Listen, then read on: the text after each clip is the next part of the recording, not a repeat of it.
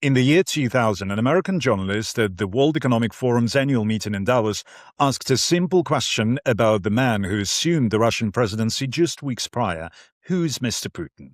In the more than a decade that followed, the answer to that question was Putin is a Davos man, the leader of a booming economy whom everybody wants to strike a deal with. Every year, Russia's top government officials and leading business people showed up at the forum in Davos. Not anymore.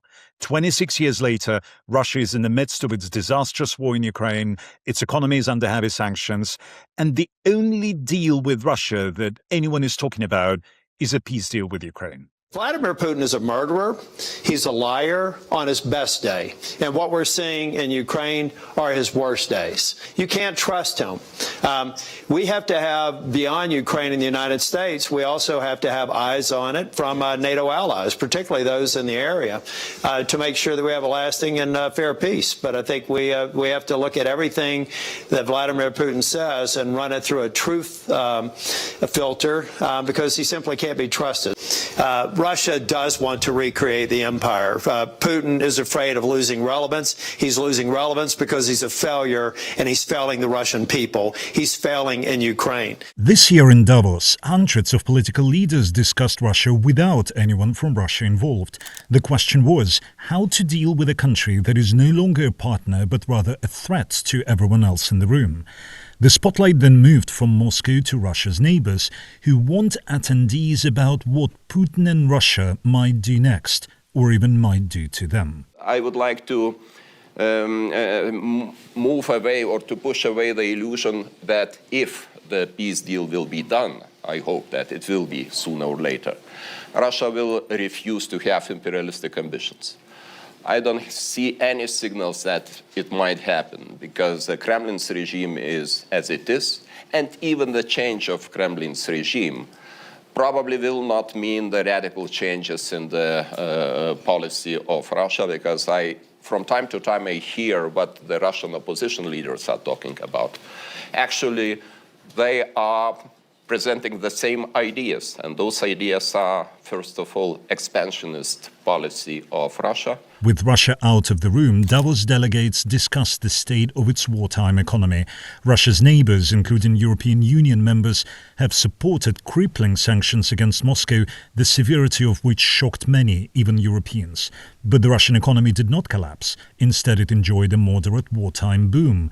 The ruble is up 44% against the US dollar in 2025, and Putin was still able to finance his war in Ukraine.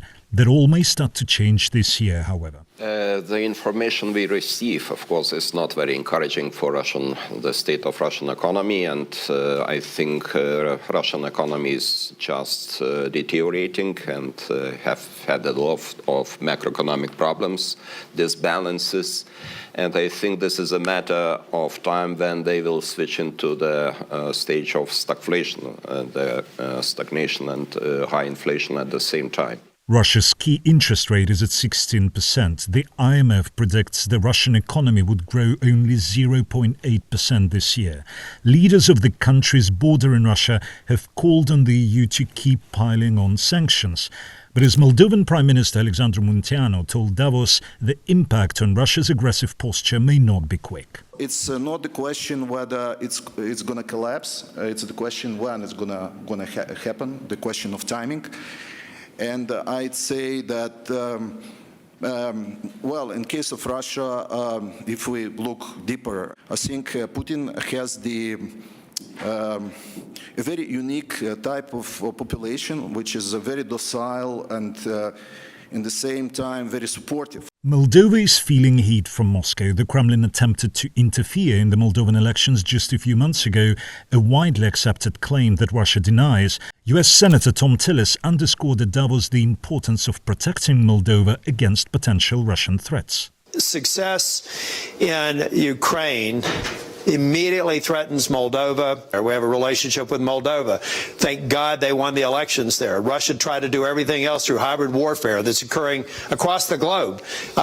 They did everything they could. It's a very positive sign that the Moldovan people got what they wanted out of their election. Another country talked about in Davos this year was Belarus, Russia's close ally in its war against Ukraine. Exiled pro-European democratic leader Svetlana Tikhanovskaya represented Belarus at the meeting. Although the US had held talks with Belarusian authoritarian President Alexander Lukashenko in the past year, resulting in massive releases of political prisoners, including her own husband, Tikhanovskaya called on the West to stand firm and impose more sanctions on her country to stop the war. The case of Belarus very clearly shows that sanctions do work, because Lukashenko releases people not because he became suddenly humane. I wouldn't suspect Lukashenko in humanity at all. He does this because sanctions do work and isolation works. Tikhanovskaya warned that lifting sanctions against the Belarusian regime would only strengthen Russia. When we're talking about weakening Russia, we don't have to forget about the countries that are supporting Russia in this war. And definitely, Lukashenko's economy is working for Russia.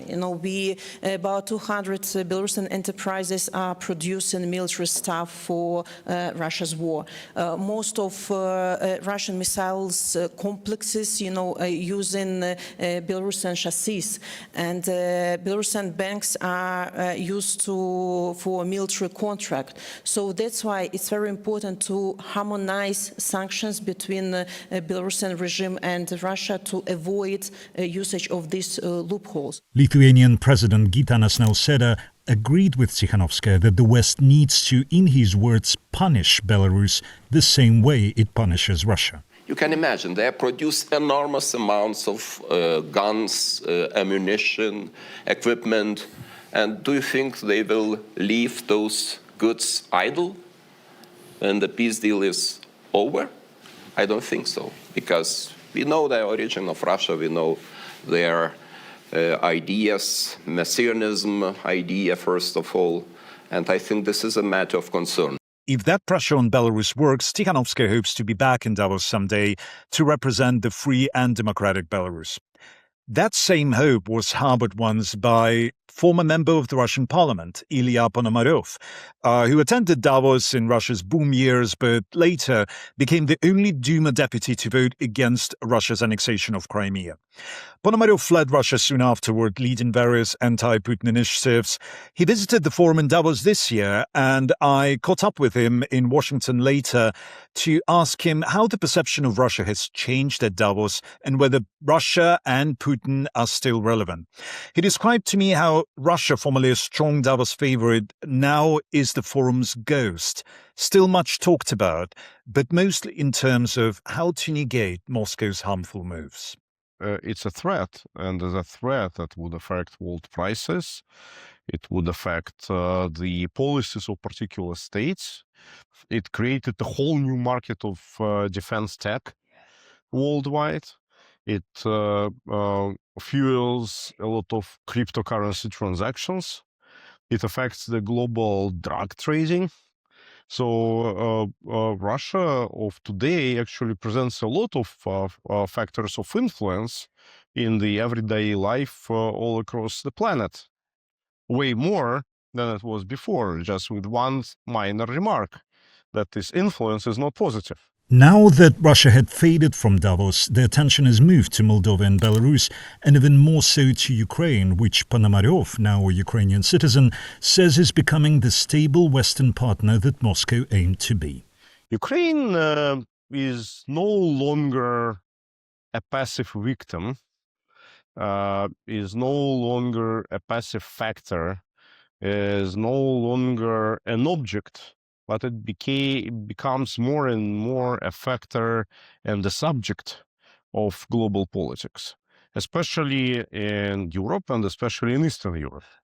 Yes, everybody understands that Ukraine right now possesses technologies that can help Baltic countries, that can help Eastern European countries to defend themselves against Russia. Observers noted this was possibly the most watched Davos forum in 20 years, and as Russia is no longer in the limelight, other former Soviet countries are keen to break from Moscow completely and take its space. Kirill Sukotsky, Independence Avenue Media, Washington.